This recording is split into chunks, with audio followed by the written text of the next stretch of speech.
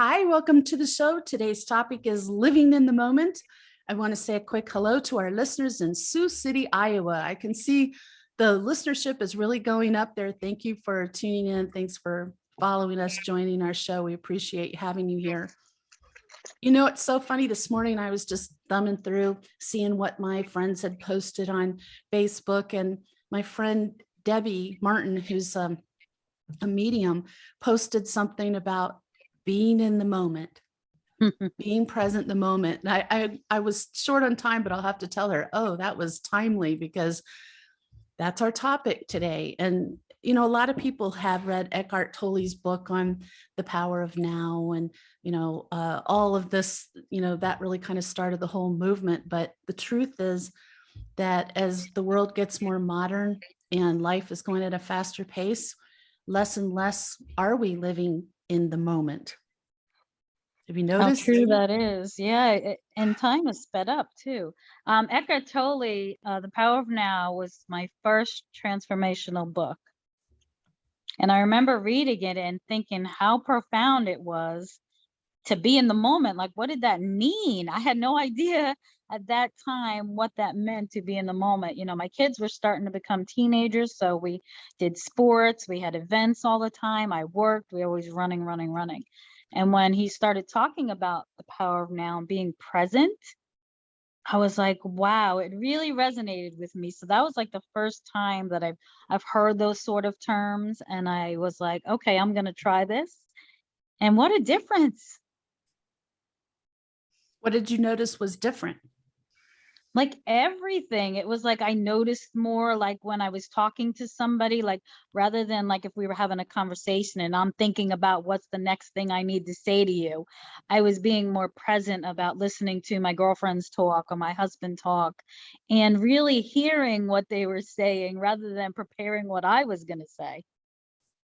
That's a big one, I think. I think it's difficult because it's human nature to think about what you want to say. And so what I've noticed about that since I started paying attention to that same thing is that sometimes I'm so intent on what people are telling me, I will forget anything I wanted to say to them. And I think that's okay to just let it go, because the most important thing is you were there in the moment with them and you were actually listening to them. And, maybe everything we want to say isn't so important anyway. Right. I think one of the biggest examples of that is like if you are, and it was after this whole movement came out that I started paying more attention to it. But let's say that you are, I'm going to tell you, this is embarrassing, but all my siblings pretty much were into sports like softball. There's a weird feedback thing going. Anyway, I would go to those games, but I'd take a book because I'm not a sports person, but I wanted to support my sibling. So I'm reading books as I normally was reading books all the time. And I think back on that and I'm like, oh my gosh, they would come to my performances, my musical performances, my plays and musicals I was in, whatever I was doing. And they couldn't sit in the audience. It was dark in the theater. So they're just like watching, and maybe they're not into theater. Maybe they're not so much into singing like I am. But they were sitting there. And so then I would take a book and I was not being in the moment. I was not, there's something amazing would happen. Somebody would get a run and I'd be like, what? And my parents are like, we're not even telling you because you're not watching. and rightfully so, so we can be surrounded by a whole lot of people and thinking about something else or doing something else. How many times have you sat in a waiting room and everyone pulls out their cell phone? And you look around, sometimes you look around and it's like every single person of all ages is buried in their cell phone. Or in a restaurant, a table of people, that's the one that gets me. A table of people, they're all sitting at a table together to share a meal and everyone's on their phone. So these little things, we're starting to fall into some real patterns that are pulling us away from living in the moment. Yeah, we're very different like that. when my daughters were younger and we'd go out, I would never allow their phones. They would get so mad, because we were like probably the only family in there that didn't have our children on phones, or even not even phones, like young babies. I've seen like 2, 3 years old that got their big tablets at the table. And, that's not being judgmental. It's just saying that, you got to do what you got to do. But I think, especially when you're going out and you're having family time, you should be having family time. Exactly. And if you don't do that, then you're going to find those times have passed you by and you won't get them back. You can't get that back. So I think we do need to start being more present with the people that we're around, the activity that we're present at. And if you cannot make yourself stop thinking about all the things you could be doing or should be doing or want to be doing, maybe you should leave. Maybe you shouldn't go to that place anymore, because you're not really there, are you? There's a body sitting there, but you're not present. You're not participating. And what could be really that important that you can't put your phone down for a half an hour, or, a lot Addiction. of times, yeah, well, and a lot of times people want to make excuses for it. I have some friends and they're like, well, work might call me, or, and I'm like, yeah, I'm sure if they can miss you for a half hour, the world's not going to end. It's like, we're so conditioned now to check our emails, to check our voicemails, because and that's so annoying sometimes. Even me, I find, like, when we're out and about or driving, like the phone will ring a lot, or, it's going off. I have a notification for an email, and it's like, you're at everybody's disposal all the time. So it's like everybody can reach you at any time they want to. And I find that to be annoying. Especially when I'm driving, I don't answer the phone. And I just really like to be in the moment of being in the car and driving, especially like when I'm driving to Sedona. And just taking that time to be in the moment, to enjoy the quiet time. But I think it's really hard once we've been accustomed to living a certain way, then to all of a sudden to go back to those old ways. I mean, what did you do before you didn't have phones? Like, they couldn't reach you. Sorry. I think about that a lot, because yes, there's some good things about it. Like, okay, before cell phones, there were plenty of times living in Arizona with large stretches of nothing between towns that I can remember being at a remote gas station, at an outside phone booth in a blizzard, trying to call to get help because my car broke down and I was by myself 100 miles from home. Those kind of things happen. But I vividly remember cell phones coming in. At first it was the pagers, then it was flip phones. And I remember how incredibly intrusive that felt. And I resented it so much that people could reach into my personal time and just and especially work, could get my attention and like demand my attention constantly, not just during the time I'm at my office working for someone, but in my off hours. And people would, then there's emails, then there was text, and it was just like, are you kidding? I don't want to be that available to people. So maybe me personally is a little easier, but I still find myself sucked into the addiction of the phone. And we're like Pavlov's dog with this thing.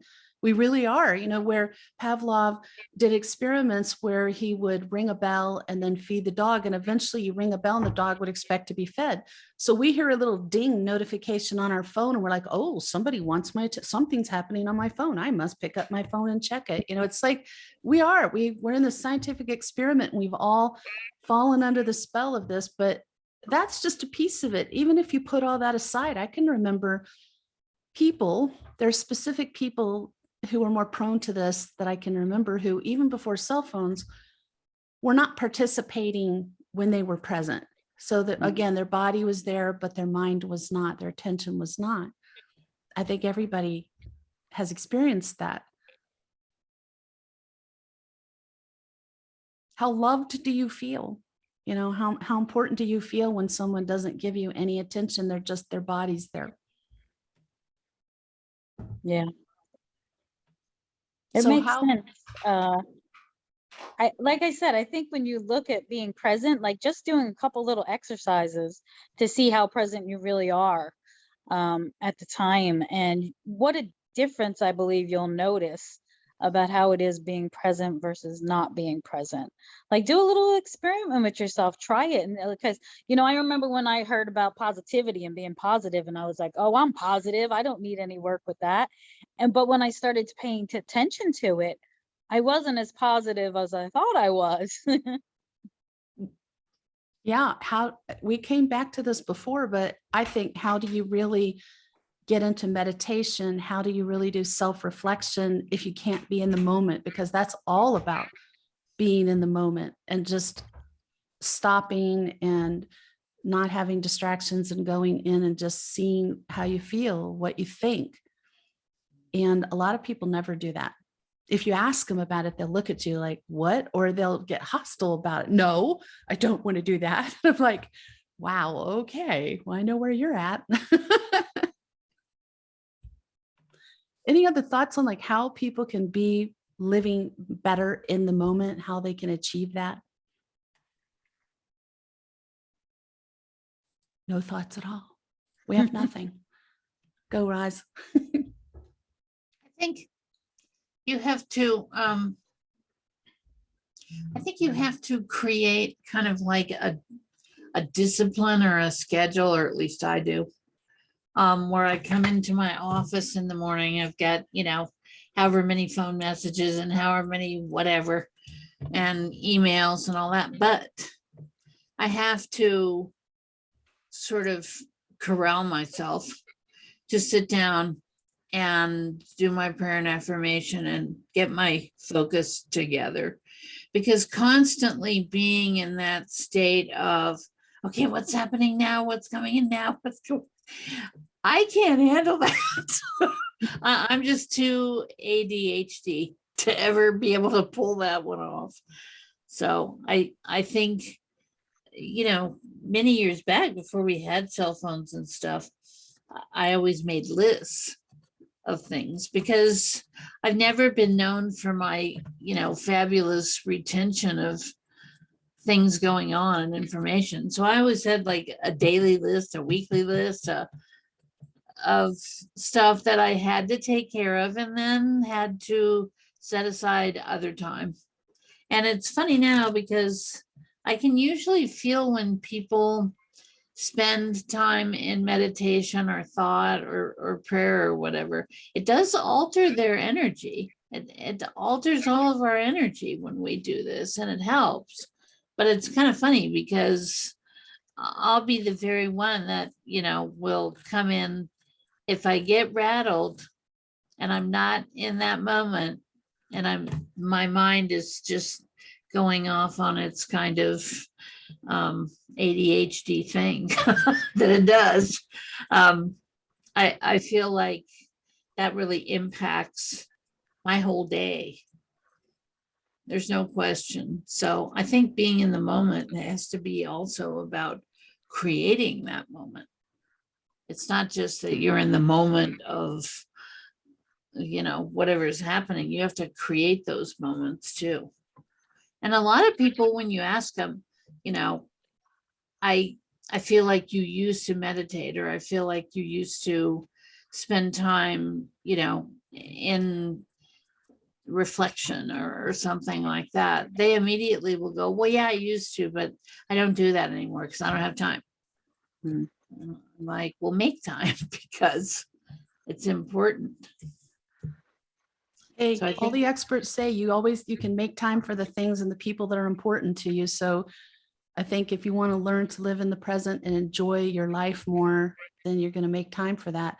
Don't you think a big part of that is kind of grounding too? Because I think when you get quiet and you really tune in, you get grounded. One thing I like to do, I have a really beautiful yard, lots of roses and flowers, and so when I feel like I need that, if too much is going on and I need to get that centered and like back in the moment, I'll just take a stroll around my yard and I'll look at all the roses and smell them, and go around and check my little garden where I'm growing some vegetables, and check my plants out front and look at them and just see how they're growing, and just focus on that. And then I feel totally different, so it is just sort of drawing down to something in your immediate surrounding and really focusing on that.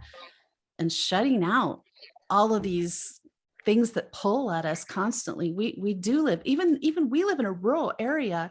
I always think about this. Oh my gosh, me in a place like New York City, I can't even imagine, because I like to burn the candle at both ends and then set it on fire in the middle. And I've done that. That's just my natural way of being. And if I lived in a place like New York City, I don't think I would have lived this long. So here I am in a rural area, and things kind of, the carpet rolls up at 5 p.m. on a lot of things in this whole area, the whole Verde Valley area. And still I am busy a lot. So I really have to pay attention to this. I really have to rein myself in. And what about, here's the thing where I really notice it, because I have some social anxiety. So if I'm in a social setting where there's people I don't know, or a lot of people I don't know, or just a whole lot of people, I get overwhelmed as an empath. I get overwhelmed with social anxiety. It's just too much energy, too much frenetic, it's loud, it's distracting. And I tend to like pick a person and go off and have a conversation with them, or I'll withdraw into myself completely, to the point where I was at a wedding, and I was singing at a wedding for an extended family member in Flagstaff a few years ago. And it got a little too hectic under this pavilion. And I just went into this deep meditative state. My brother came up and he's like, "Hey, are you okay? You look really out of it." And I was gone. I was just like, traveling out in other dimensions. I had just escaped from all this frenetic activity, but he wasn't having any of that. He's like, "Oh no, you're coming back here." But you have to learn to take care of yourself. And I don't think traveling to other dimensions in the middle of a social activity is the greatest idea. I think picking a person to talk with really does help, though, because it just kind of narrows things down to the two of you. So there's a whole lot of settings that this really pertains to. Sometimes too, even just going outside, getting away from it for a few minutes. I find splashing some water on your face, it just really brings you back into the moment. Because so many times I'm like you, I do get overwhelmed with so many people, and I do need that like 5-minute breather. I just need to get away and escape, and then I'll be back. So that's something they can try also, if you're interested, or if you feel that overwhelmed feeling, or that you're just so many people and it's just so expansive. Try getting outside too. But a lot of it is that we're sitting wherever we're going. I mean, I think all of us are guilty of this. I don't even think it's a guilty thing. We just do it. But you can be doing something and you're thinking about the things you should be doing, or all the other stuff you need to do, or what you're going to be doing later, planning it out in your head. And so you're already there, right? You're already in the future.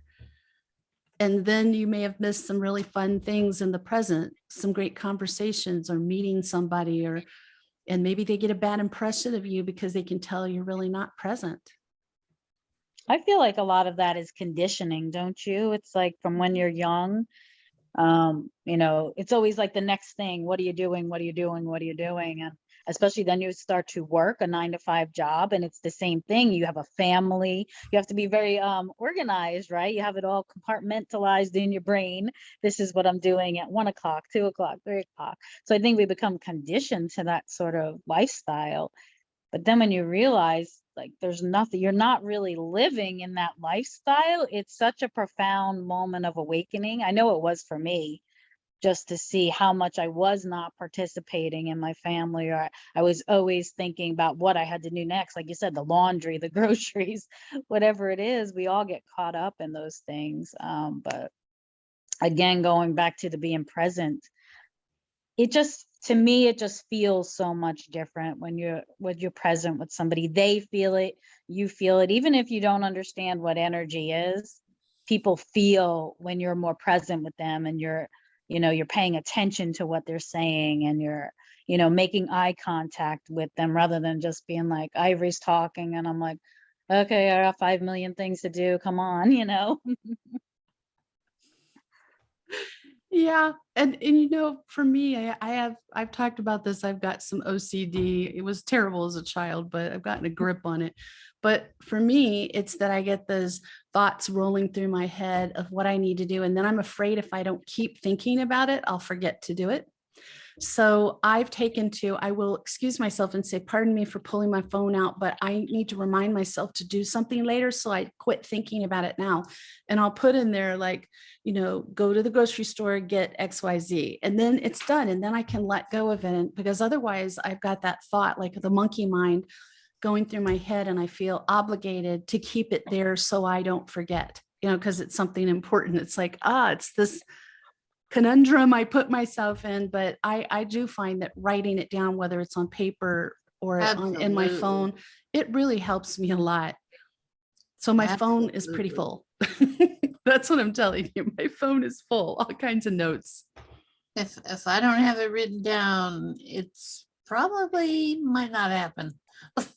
Because I really do want to be in the moment. I want to be, when I'm with my friends, I want to just be with my friends. And so part of it too, something else you can do is, if you are planning on doing something with your family or friends, and you really want to be present, you want to be sure you're present, make sure you do a bunch of things that need to be done before you go, because then it's less likely you're going to be thinking about all the stuff waiting for you when you get home. That'll ruin it in a hurry. Or just let it go. Is it really important? Even as a young mother, like, it's not that I'm a horrible housekeeper or anything, but as a young mother, I always thought it was more important to spend time with my daughter, doing some fun things with her, playing with her, than it is to have an immaculate house. So maybe you see something and you're like, oh, I really need to clean that bathroom. And it's like, okay, but your child wants to go do something and it's important to them and it's going to be fun. Can you clean the bathroom later? Well, then clean the bathroom later. Let go of some of these things that you're putting on yourself and making yourself feel like you have to do it all right now. I'm sorry. I think there's a lot of unreasonable expectations, especially put on women. And we have to be gentle with ourselves, because it's hard to be in the moment if you're beating yourself up because you haven't done everything perfect. So letting go. I don't know about you ladies, but you might be a little young for this, Terri Ann. I know you're younger than we are, but when I was in my 30s, I was working at the psychiatric hospital, and one of my friends there had printed off this, it was sort of a poem. It was called Letting Go. And it was so powerful. Like, I had that thing on my bulletin board in every office I had for a long time. And I still have it in my collection of quotes I have from when I worked in radio. That poem about letting go just like struck me in the heart of how important it is to let go of things that are kind of holding you back, getting in the way. And this does fit in with this topic, because you can't do it all. You can't do it all the time. You can't be perfect. There is no perfect. And, cut yourself some slack. Maybe it's time to reevaluate all your obligations. What are you truly obligated to do versus what you feel like you have to do? You have to take care of your children. You have to feed yourself, and your family, and take care of people physically and give them love. But do you have to be in 3 social groups? Do you have to, attend meetings 3 days, 4 days a week? Probably not. So it's always something we can let go of. If you're, like Roz was saying, people will, and I've heard it too, Roz, plenty of times, when I'll say, the meditation keeps coming up for you. Are you doing that? Well, I used to, but I just don't have time. I really got to make time. You have control over your schedule. Nobody else has control like you do. So what are you doing you could spend less time on, so that you could do this that's really important for you and the people you love, to feel like you're there and you're present. You're focusing on what they say, that they're important to you, because what's more precious we have to give than our time? Isn't that true? Mm-hmm. Yeah. When you give your time to somebody, it tells them you value them. They're important to you, and your kids know it. Your family knows it. Your friends know it. If you don't have time to give them, you're saying you're not important in my life. You really are. I mean, it's just sort of you're not saying it with the words, but you're saying it with your actions. And even if you're mortified to find out you're saying that, you might not have intended that, but that is what it's saying. So sometimes we have to lay it on the line here on the show, like we do in our readings too. You got to be honest with people about the situations and things. So, and I do it to myself. I'm very honest with myself about what I need to do and where I need to shape up and where I'm slipping and all these things. You got to do that for yourself to really make big progress personally and spiritually. Yeah, and that's personal development, right? And we all know we can carve out 5 minutes here and 5 minutes there. It really is. When somebody says to me, I don't have time, I'm like, I call BS on it, because you can create 5 minutes. I told you, with a young child, I used to get up about an hour earlier than her when she was younger, just to be able to meditate, just to be able to do my reading with my cards and set my pace for the day. Did I want to get up that early? No, I did not. But I did it because I knew once she was awake, now our day would start and that would be it. And I wouldn't have time to do that. So for me, that was a conscious choice to be able to do that. So I always say start with 5 minutes. You can find 5 minutes before you even shut your eyes, before you go to sleep at night, to do your gratitude, to do your affirmations, to just sit there and have nothing run through your brain. It's so powerful. And I say it all the time. It's like we are computers. We need to shut it down in order for it to continue to work properly. Otherwise, everything just gets jumbled together up there and you have no clarity, you have no focus. It's like a chicken with its head cut off. You're always running around. And I was guilty of that too for so many years. Kind of hard. I mean, you both had 4 children. So, I was the oldest of 5. I know what it's like to have a lot of children in the house. And I was like the second mother. So I get that. But 4 children, oh my goodness gracious. So that alone is like a roller coaster ride every day. But I think that a good time to consider this, if you're new to this and you haven't really set aside time to like start tuning into yourself and just be in the moment for 5 minutes. When you go to bed, before you go to sleep, turn off the light and give yourself 5 minutes to, stay awake and just think about how you're feeling, how your day went. What were your emotions? Why did you feel that way? Maybe why did you react the way you did? What are you worried about? What's going on in your life? What are your blessings? God, I love gratitude because I feel like that is so in the moment, because you have to take that time and go and kind of scan your life right now. What is all the blessings in my life? What am I grateful for? I do it every morning and every night without fail. That immediately puts me in the space of now. Yeah, I love that too. I just did gratitude this morning. So even when you're on vacation, right, it doesn't stop. I'm away in Oregon and I'm still doing my cards and doing my gratitude, because it keeps you in that present moment. I'm not thinking about, what I have to be doing or what I need to do. But gratitude, I just found gratitude is one of those things I find, even from my own personal opinion, more than affirmations, like gratitude just really, like you said, brings you into the present moment and really makes you think about what are you grateful for. And it's usually the simplest things, like I'm grateful to have an extra hour today to do whatever, or I'm grateful that I have peace in my life. That's been coming up for me a lot lately, peace. So what is it for you that you're grateful for? Absolutely. Go ahead, Roz. I have to totally agree with that, because I think a lot of the practices of affirmations and stuff that I do are about gratitude. And, I say them daily. It sounds repetitive, and like maybe I'd be ready to do something else, but it really, it helps me maintain my frequency, and it helps me keep my focus, so that I don't go off into those sort of flaky ADHD kind of moments. I mean, and I do that anyway, but it's important. It's really important to realize that everything that's going on, we need to be grateful for those things.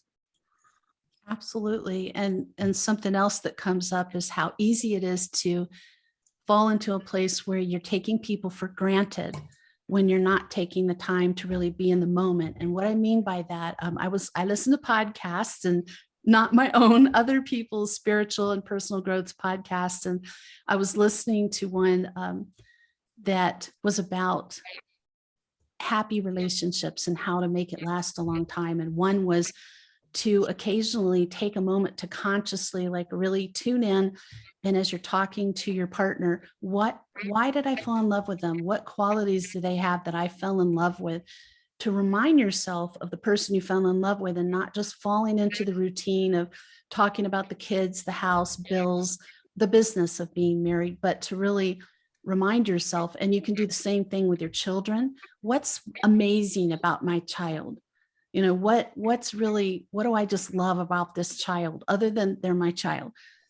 And you can do it with your coworkers. You can do it with, if you got into a relationship, whether it's a friendship, family, children, whatever it is, there's a reason why you got into that. There had to be something that attracted you about that person or that group. So really, like, tuning in and finding it on a regular basis so that you're not taking them or the relationship for granted. And I think that's a living in the moment that helps all kinds of relationships. And being appreciative. Mm-hmm. I mean, expressing that, I think is important. Like yesterday, Roz and Ed fed me a sandwich for lunch, so I didn't have to go out into the heat of Sedona and search for lunch and stand in line with a bunch of tourists, which is, nothing against tourists, but it cuts into your time to eat, and then bring it back to the office. And I was grateful for that. I really was. I was thinking about it again this morning. It's like, thank you, thank you, thank you. So it can be little things, but it means something to you, and it makes your life better.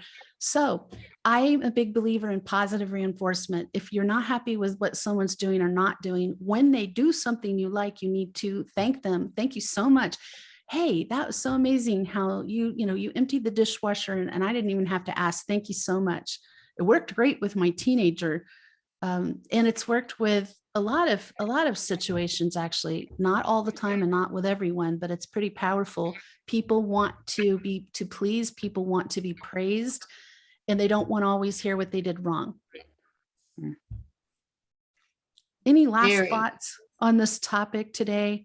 That's very important, I think, is, when we get into that where we're just rush all the time, and we forget, to express that to people, that we appreciate what they're doing, or we notice whatever they're doing, or notice that they're doing that, and we're not just in that state of high flight where we're constantly going, oh, this didn't get done, this has to happen, oh gosh, just so exhausting.